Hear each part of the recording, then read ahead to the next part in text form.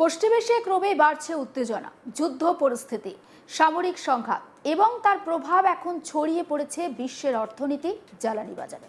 বিশেষ করে অত্যন্ত গুরুত্বপূর্ণ জলপথ হরমুজ প্রণালী ঘিরে তৈরি হওয়া অনিশ্চয়তা নিয়ে উদ্বেগ বাড়ছে সমস্ত দেশেই।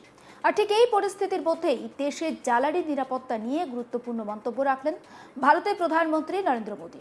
সোমবার লোকসভায় বক্তব্য রাখতে গিয়ে প্রধানমন্ত্রী একেবারে স্পষ্টভাবে জানিয়ে দেন, এই কঠিন পরিস্থিতিতেও ভারত সম্পূর্ণভাবে জ্বালানির দিক থেকে নিরাপদ রয়েছে। তিনি বলেন, গত এক দশকে ভারত বিশেষ গুরুত্ব দিয়েছে জ্বালানি মজুতের উপর, যাতে যে কোনো সংকটের সময় দেশকে সমস্যায় পড়তে না হয়। প্রধানমন্ত্রী জানান, বর্তমানে ভারতের কাছে প্রায় 53 লক্ষ মেট্রিক টন কৌশলগত পেট্রোলিয়াম মজুত রয়েছে। এই মজুতকে আরও বাড়িয়ে 65 লক্ষ মেট্রিক টনে নিয়ে যাওয়ার লক্ষ্যে ইতিমধ্যেই কাজ শুরু হয়েছে। অর্থাৎ ভবিষ্যতের কথা মাথায় রেখে আগাম প্রস্তুতি নিচ্ছে কেন্দ্র। সহজভাবে যদি বিষয়টা বলি তাহলে এটা দাঁড়াচ্ছে, এই কৌশলগত পেট্রোলিয়াম ভান্ডার হলো এমন একটি রিজার্ভ যা জরুরি পরিস্থিতিতে ব্যবহার করা যায়। উদাহরণ হিসেবে যদি জানাই, ধরুন হঠাৎ করে আন্তর্জাতিক বাজারে তেলের সরবরাহ কমে গেল বা হঠাৎ করে দাম বেড়ে গেল, সেই সময় এই মজুদ দেশের বড় একটা ভরসা হয়ে দাঁড়ায়। প্রধানমন্ত্রী আরও বলেন, শুধু মজুদ বাড়ানোই লক্ষ্য নয়, ভারত তার জ্বালানি আমদানির ক্ষেত্রেও একটা বড় পরিবর্তন নিয়ে এসেছে। আগে যেখানে মাত্র 27টি দেশ থেকে জ্বালানি আমদানি করা হতো, এখন সেই সংখ্যাটা বেড়ে দাঁড়িয়েছে 41-এ। অর্থাৎ ভারত এখন অনেক বেশি দেশের ওপর নির্ভর করছে, যাতে কোনো একটি দেশ কিংবা কোনো একটি অঞ্চলে সমস্যা হলে তার প্রভাব পুরোপুরি ভারতের ওপর এসে না পড়ে। আর এই পদক্ষেপকে বিশেষজ্ঞরা বলছেন ডাইভার্সিফিকেশন, মানে একাধিক উৎস থেকে জ্বালানি সংগ্রহ করা। এতে ঝুঁকি অনেকটা কমে যায়। একবার শুনে নিন প্রধানমন্ত্রী নরেন্দ্র মোদী তার বক্তব্যে ঠিক কি জানিয়েছেন সেই কথা। माननीय अध्यक्ष जी, भारत में बड़ी मात्रा में कच्चा तेल, गैस और फर्टिलाइजर जैसी अनेक जरूरी चीजें हॉर्मुज स्ट्रेट के रास्ते से आती हैं। युद्ध के बाद से ही हॉर्मुज स्ट्रेट में जहाजों का आना जाना बहुत चुनौतीपूर्ण हो गया है। बावजूद इसके हमारी सरकार का ये प्रयास रहा है कि पेट्रोल, डीजल और गैस की सप्लाई बहुत ज्यादा प्रभावित न हो, देश के सामान्य परिवारों को परेशानी भी कम से कम हो, इस पर हमारा फोकस रहा है।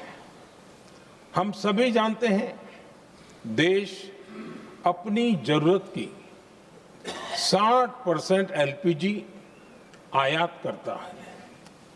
इसकी सप्लाई में अनिश्चितता के कारण सरकार ने एलपीजी के डोमेस्टिक उपयोग को प्राथमिकता दी है। साथ ही एलपीजी के देश में ही उत्पादन को भी बढ़ाया जा रहा है। पेट्रोल, डीजल की सप्लाई पूरे देश में सुचारू रूप से होती रहे, इस पर भी लगातार काम किया गया है। अध्यक्ष जी, आज की इन परिस्थितियों में एनर्जी सिक्योरिटी को लेकर बीते एक दशक में उठाए गए कदम और भी प्रासंगिक हो गए हैं। भारत ने बीते 11 वर्षों में अपनी एनर्जी इंपोर्ट का डाइवर्सिफिकेशन किया है। पहले क्रूड ऑयल, एलएनजी, एलपीजी ऐसी एनर्जी जरूरतों के लिए 27 देशों से इंपोर्ट किया जाता था।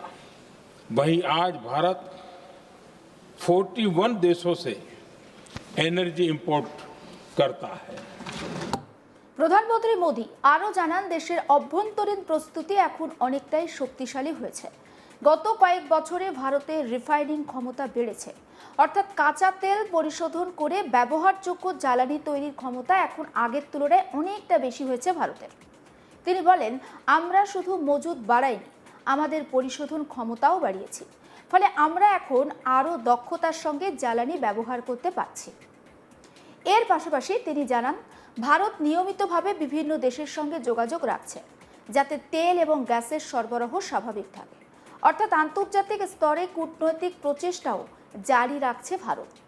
তবে এত কিছুর মধ্যেও প্রধানমন্ত্রী স্বীকার করেছেন বর্তমান মধ্যপ্রাচ্যে যে যুদ্ধ চলছে সেই যুদ্ধ পরিস্থিতি ভারতের জন্য একটা বড় চ্যালেঞ্জ তৈরি করেছে। এই প্রসঙ্গে তিনি বলেন, এই যুদ্ধ এমন কিছু সমস্যা তৈরি করেছে যা আগে দেখা যায়নি। অর্থনৈতিক, নিরাপত্তা এবং মানবিক সব দিক থেকেই সমস্যা তৈরি করেছে এই যুদ্ধ। তিনি আরও বলেন, এই সংঘাতে জড়িত এবং প্রভাবিত দেশগুলোর সঙ্গে ভারতের গভীর বাণিজ্যিক সম্পর্ক রয়েছে, ফলে সেখানে অস্থিরতা তৈরি হওয়া মানে ভারতের ওপর তার প্রভাব একটু হলেও পড়বে। শুধু তাই নয়, পশ্চিম এশিয়ার এই অঞ্চলটি ভারতের বিশ্বব্যাপী বাণিজ্যের জন্য অত্যন্ত গুরুত্বপূর্ণ। দেশের অনেক পণ্য এই পথ দিয়েই আন্তর্জাতিক বাজারে যায়। একই সঙ্গে দেশের বড় অংশের তেল এবং গ্যাস আমদানিও এই একই পথ দিয়ে হয়। এই প্রসঙ্গে আবারও উঠে আসে সেই হরমুজের কথা। এই জলপথটি পারস্য উপসাগরের প্রবেশদ্বার হিসাবে পরিচিত। বিশ্বের প্রায় 1/5 তেল এবং গ্যাস এই পথ দিয়ে পরিবাহিত হয়। কিন্তু বর্তমান পরিস্থিতিতে এই জলপথ কার্যত অবরুদ্ধ হয়ে পড়েছে বলে জানা যাচ্ছে। ইরানের পক্ষ থেকে এই প্রণালীতে বাধা সৃষ্টি করার কারণে জাহাজ চলাচল প্রায় বন্ধের মুখে। প্রধানমন্ত্রী এই পরিস্থিতি নিয়ে উদ্বেগ প্রকাশ করেন এবং তিনি বলেন, বাণিজ্যিক জাহাজের উপর হামলা এবং এই ধরনের গুরুত্বপূর্ণ জলপথে বাধা সৃষ্টি করা একেবারেই গ্রহণযোগ্য নয়। তিনি বলছেন, এই পরিস্থিতিতেও ভারত কূটনৈতিকভাবে কাজ করে যাচ্ছে যাতে ভারতীয় জাহাজগুলি একেবারে নিরাপদে চলাচল করতে পারে। তিনি বলেন, আমরা বিভিন্ন দেশের সঙ্গে যোগাযোগ রেখে চলেছি যাতে এই অস্থির পরিস্থিতির মধ্যেও আমাদের জাহাজগুলি নিরাপদে যাতায়াত নিশ্চিত করতে পারে। একবার শোনাবো এই প্রসঙ্গে প্রধানমন্ত্রী নরেন্দ্র মোদী তার বক্তব্য। संकट के इस समय में देश की एक और तैयारी भी बहुत काम आ रही है। पिछले 10-11 साल में इथेनॉल के उत्पादन और उसकी ब्लेंडिंग पर अभूतपूर्व काम हुआ है। 1 दशक पहले तक देश में सिर्फ 1-1.5% इथेनॉल ब्लेंडिंग कैपेसिटी थी। आज हम पेट्रोल में 20% इथेनॉल ब्लेंडिंग के करीब पहुंच रहे हैं। इसके कारण प्रति वर्ष करीब 4.5 करोड़ बैरल कम ऑयल इंपोर्ट करना पड़ रहा है। ऐसे ही रेलवे के बिजलीकरण से भी बहुत बड़ा फायदा हो रहा है। अगर रेलवे का इतना बिजलीकरण न होता तो हर साल करीब 180 करोड़ लीटर डीजल अतिरिक्त लगता। ऐसे ही हमने मेट्रो का नेटवर्क बढ़ाया है। 2014 में जहां देश में मेट्रो नेटवर्क 250 किलोमीटर से भी कम था, आज ये बढ़कर करीब 1100 किलोमीटर हो गया है। সমস্ত আপডেট পৌঁছে দেবো আপনাদের কাছে। অবশ্যই নজর রাখবেন আজ তাক বাংলায়। সাবস্ক্রাইব করতে ভুলবেন না।